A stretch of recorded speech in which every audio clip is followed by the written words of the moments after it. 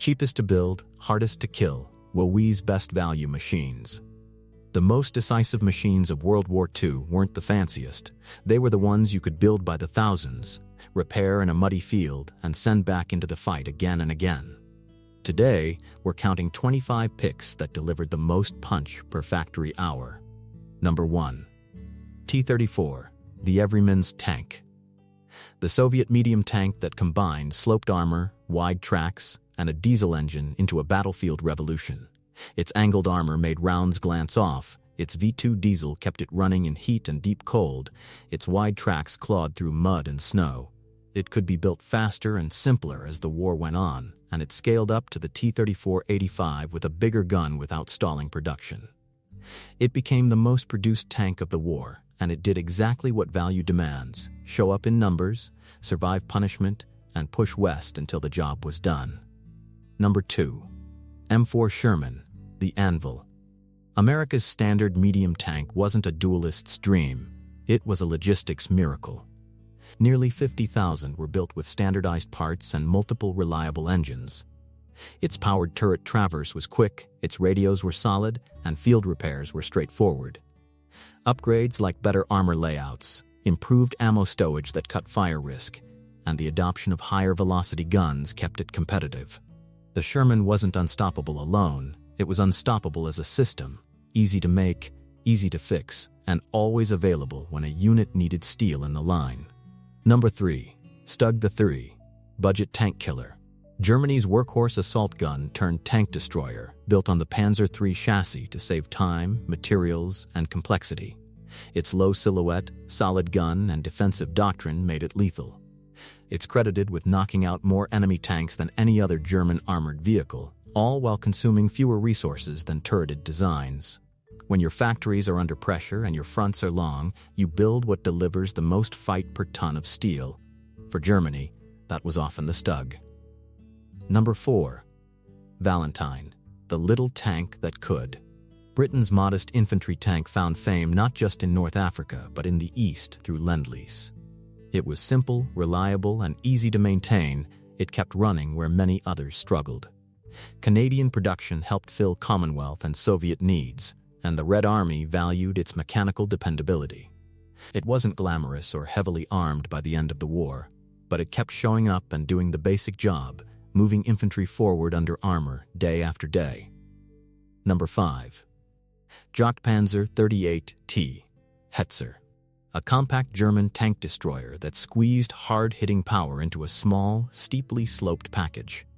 Built with Czech industry and components, it stretched scarce German resources late in the war. Its 75 ME gun and tiny profile made it an ambush specialist. Its sloped armor made it harder to knock out from the front. It wasn't a breakthrough vehicle. It was a survivor, a deadly little wedge you could hide, strike with, and keep in the fight when bigger machines broke down or ran dry. Number 6.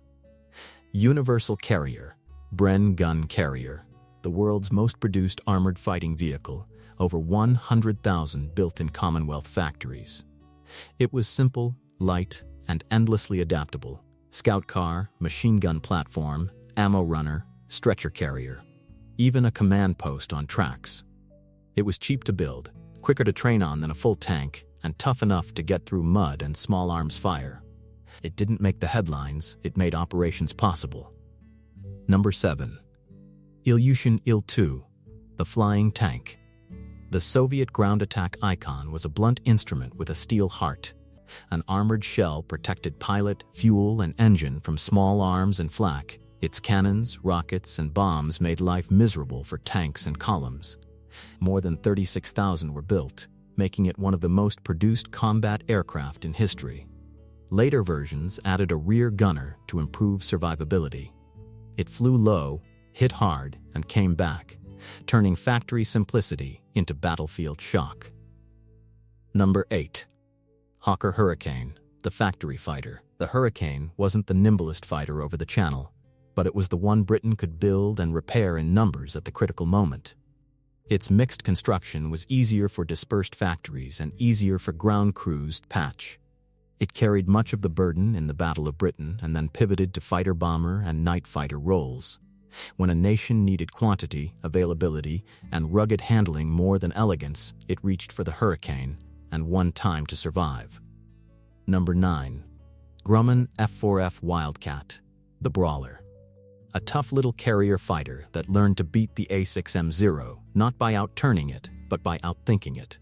The Thok-weave tactic, sturdy construction, and good reliability gave pilots a fighting chance, and a fighting chance was enough. Even after newer types arrived, Wildcats kept flying from escort carriers, defending convoys and supporting amphibious landings. It wasn't the fastest, it was the fighter that refused to die, and that made it priceless at sea.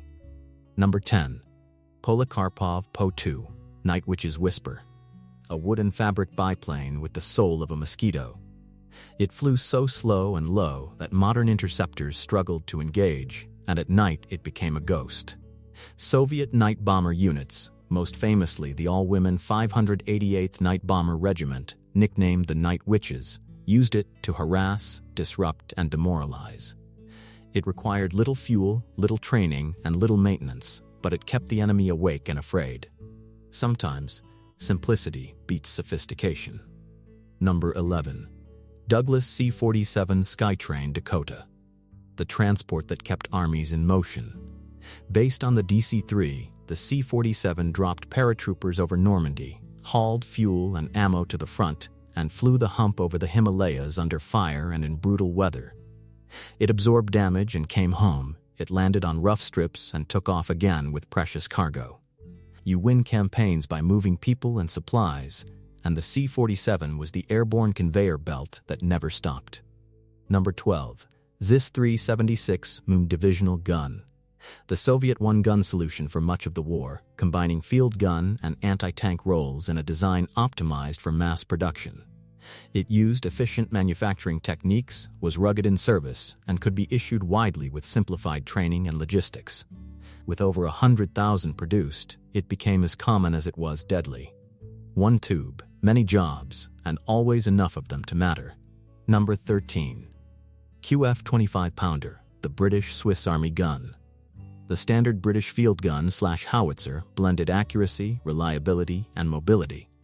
Its circular firing platform made quick shifts of fire easy. Its ammunition family covered smoke, heat, and armor piercing. It kept up with mobile warfare in North Africa, crushed counterattacks in Italy, and spoke with authority in Northwest Europe. It wasn't the biggest shell on the field, but it was almost always in range, on time, and on target. Number 14. M101-105 MM Howitzer, the wartime M2A1. The U.S. Army's dependable hammer paired useful blast with manageable weight. It was simple to maintain, easy to tow, and standardized across enormous forces, simplifying training and spare parts. It served in every theater in World War II and stayed in service in conflicts for decades after, longevity that testifies to wartime value. The shell that lands is worth more than the one on paper. The M2A1 always seemed to get there. Number 15. BM-13 Katyusha rocket launcher, Stalin's organ. Rails on a truck and a chorus of rockets, terrifying, cheap, and mobile. Mounted on platforms like the Studebaker US-6, these batteries could sprint into position, unleash a storm that shattered nerves and soft targets, and move before counter-battery fire found them. The rockets weren't precision instruments, but their effect on morale and momentum was real. It was affordable chaos on wheels, fast to build, faster to deploy, and everywhere it needed to be. Number 16. PPS-41, the burp gun. A stamped steel submachine gun that turned close combat into a torrent. With high rate of fire and big magazines, it flooded rooms, trenches, and forests with lead. It worked in snow and mud, tolerated rough handling, and was easy to teach. Millions were made. When a factory trades polish for volume, cities fall, one staircase, one doorway at a time. Number 17. Sten gun, the plumber's special. Britain's emergency answer to a dangerous shortage, a simple tube gun you could build fast and cheap. It cost little in materials and man-hours, and production ran into the millions. It wasn't elegant, and it had quirks, but it armed Home Guard, airborne troops, and resistance fighters across Europe. Survivability by saturation, When you need a gun in 100 hands right now, the Sten is good value defined. Number 18. Mosin Nagant M9130 3-line workhorse. A bolt-action veteran that outlived empires and fought on. It handled the Arctic winters and the mud of spring thaws. It was robust, familiar, and easy to maintain. In the hands of infantry and snipers alike, it did steady, unglamorous work, and its simple 7.62 ICE 54R diet kept supply straightforward. Not modern by 1940 standards, just immortal by 1945 reality. Number 19. DP-28, the record player. The Soviet squad automatic with the iconic Pan magazine. Its long-stroke gas system shrugged off abuse, and while the Pan mag had limits, the gun's reliability and harsh conditions won respect. It was cheap to manufacture, straightforward to service, and it appeared on every front from Finland's forests to Manchuria's fields. It didn't need perfection. It needed to still be firing when others were jammed or melted down. Number 20. Willys MB and Ford GPW, the Jeep. The quarter-ton 4x4 that replaced horses and rewrote battlefield mobility. It was simple, standardized, and fixable with a toolbox. It carried radios, stretchers, commanders, machine guns, and hope. Hundreds of thousands rolled off the line, interchangeable and ready. The Jeep multiplied the reach of every unit it touched. Cheap, cheerful, and irreplaceable. Number 21. GMC CCKW 2.5 ton. Deuce and a half. The backbone of Allied logistics. It hauled fuel, ammo, and men from the beachhead to the front and back again, over roads that barely qualified as roads. Standardized parts, rugged construction, and massive production created a rolling river of supply, including the legendary Red Ball Express in France. Strategy is logistics in motion. The Seco was motion in bulk. Number 22. Volkswagen Type 82, Kabelwagen. Germany's air-cooled, light utility runabout proved that simplicity is a kind of armor. Lightweight, fuel-efficient, and easy to service, it coped with rough tracks and harsh climates. It wasn't a 4x4, but good ground clearance, clever design, and low weight kept it moving. When fuel and spares tighten, a machine that sips and shrugs keeps your army connected. Number 23. Flower-class Corvette. A humble convoy escort built in small yards from a design based on a whale-catcher hull. Affordable to construct and quick to commission, it brought sonar, depth charges, and guns to the North Atlantic's worst weather. Rolling, wet, and cramped, it still dragged merchant ships through U-boat packs again and again. More escorts meant more convoys got home, and that meant a Britain that stayed fed and armed. Number 24. Liberty Ship, EC2-SC1. The cargo ship you could weld together in weeks. Standardized, simplified, and produced at breakneck speed, over 2,700 of them, Liberty ships turned American industry into a tide. Some cracked, and design tweaks followed, but the strategy was undeniable. If one went down, another would take its place tomorrow. You can sink a ship, you can't sink a plan that outbuilds you. Number 25. Lest, landing ship, tank. A flat-bottomed beast that put armor and trucks straight onto hostile beaches from Sicily to Saipan. Built in many yards, repaired forward, and repurposed between operations, the Lest transformed amphibious warfare. It made maps lie. Places labeled no port suddenly had one, right up to the sand. Not pretty, not fast, just the reason heavy steel arrived where it couldn't. From emergency workshops to hidden factories east of the Urals, from tiny coastal yards to big city plants, value became a weapon.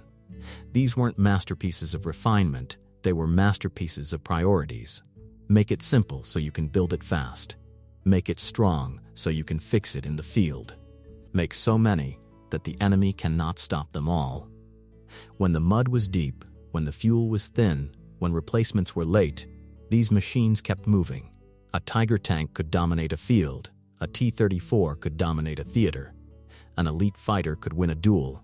A rugged transport could win a campaign. A perfect gun can be feared. A dependable gun can be everywhere. The truth of World War II is that endurance wins. A machine that returns from missions, that crews trust, that quartermasters can keep supplied, is a machine that reshapes outcomes. Every mile a jeep added to a radio's reach, every convoy a Corvette brought home, every supply run a C-47 completed, extended the fighting strength of the men at the front. Every time a Sten or a PPS-41 put automatic firepower in a soldier's hands for a fraction of the cost of a rifle squad's training, it shifted the balance in city blocks and hedgerows. And value wasn't just about money.